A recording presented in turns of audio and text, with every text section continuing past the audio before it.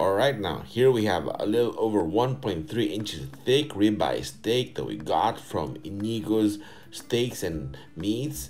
Here we discovered this, and actually it became our favorite because they got all sorts of steaks and even ribeye, tomahawk steak, even Wagyu cubes like this. There's something I gotta try soon. So yep, so if you're in the Metro Manila area, or actually even just NCR, they're located in the Quezon City, and they're worth checking out because hey, they have all the stuff that we all like, including Wagyu cubes and burger patties. Oh, look at those look good, right?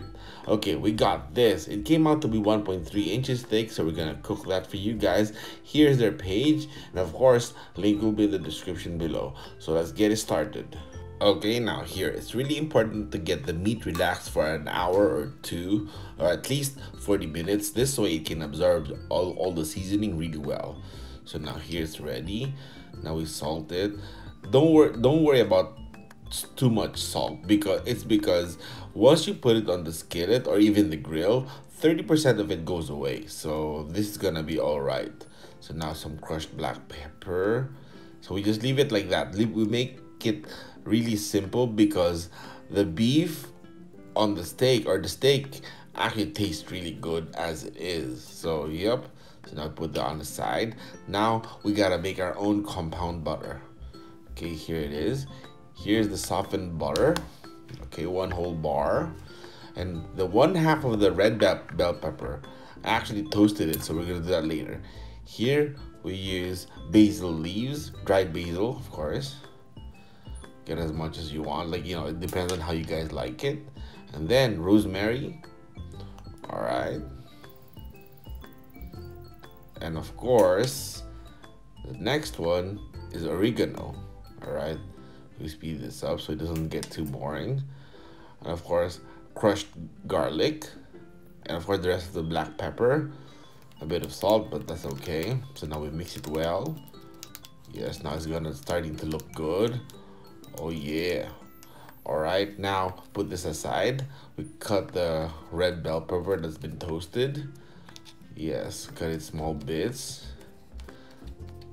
and we transfer it to the butter, including the juices. This way it's gonna get all tasty and all good. There, right? Mix it well once again. All right, now our compound butter is ready. Now let's go to the stove. Let's go to the cast iron skillet. Okay, here we have to get this really warm and good. And of course we oil it a bit. This way it's gonna be, you know, not really burning the surface so much. There, we get the oil hot. This way it makes a good crust. Gotta feel if it's hot enough. We gotta turn it so this way it's oiled up everywhere. All right.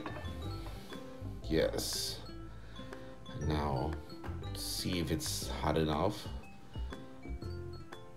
Okay, it's getting close. Okay, now we can put the steak in.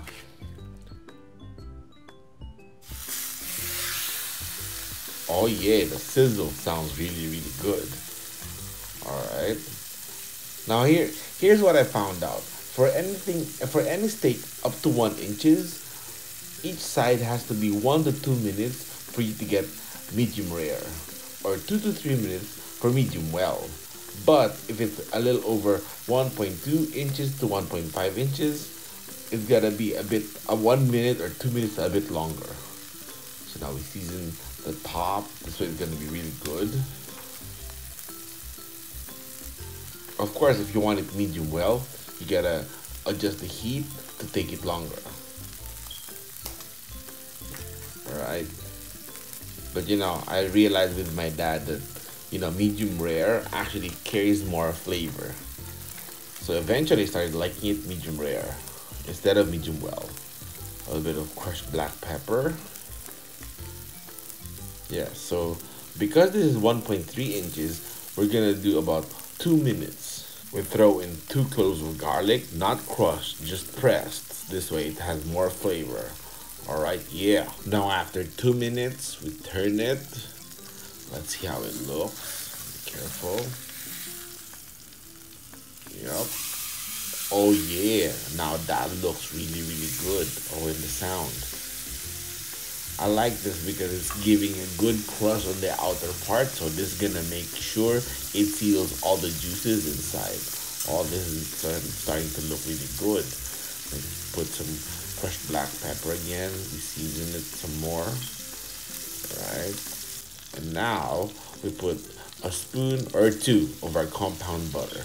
You don't put this too early because butter burns. So once it gets overcooked or it burns, it starts to get bitter. It won't get bitter right away, but it leaves a weird aftertaste. So let's leave the spoon to melt the butter off. Oh yeah, you can see it's melting. All right, some more aromatics, some sliced red bell pepper. You can put thyme if you want. It's up to you. We put red bell pepper so it smells really good. Now, the more important, we baste it to make sure it seals the juices up inside. You can see here, look, we'll baste the steak with the butter. You can see the butter, it gets soaked inside. This is gonna make it, stay inside and be more juicy. That's so good. And you can never baste too much. The more you do it, the more juicy, the more tasty it gets. So we keep going. Yes, sir. Yes, sir. Oh, this is gonna be so good. Yep, we baste some more. And then, of course, we gotta turn the other side. Wait. Let's turn it and baste the other side some more. This way it's gonna be all sealed up with all the good juices inside. Alright, there you go. Alright. Just put it on the side. Careful with the hot skillet. It burned me before. So, just be careful with it. You baste it and you can see it's still soaking it up in. And of course, once you're done with this, you gotta let it rest for at least 2 to 3 minutes. This way it relaxes. This way when you cut it, it doesn't squeeze out the juices. It stays inside. Now let's see it. Oh, it's so soft. Inigos, you guys did a great job. Ooh, now that's perfect in my book. Medium rare, all the goodness. All right. Actually, true story here. We had to order another set of steak because when we tried this, we liked it so much. We ate a little too much. Now we had to buy more for our Christmas dinner or Noche Buena. Thank you guys. See you around. Subscribe.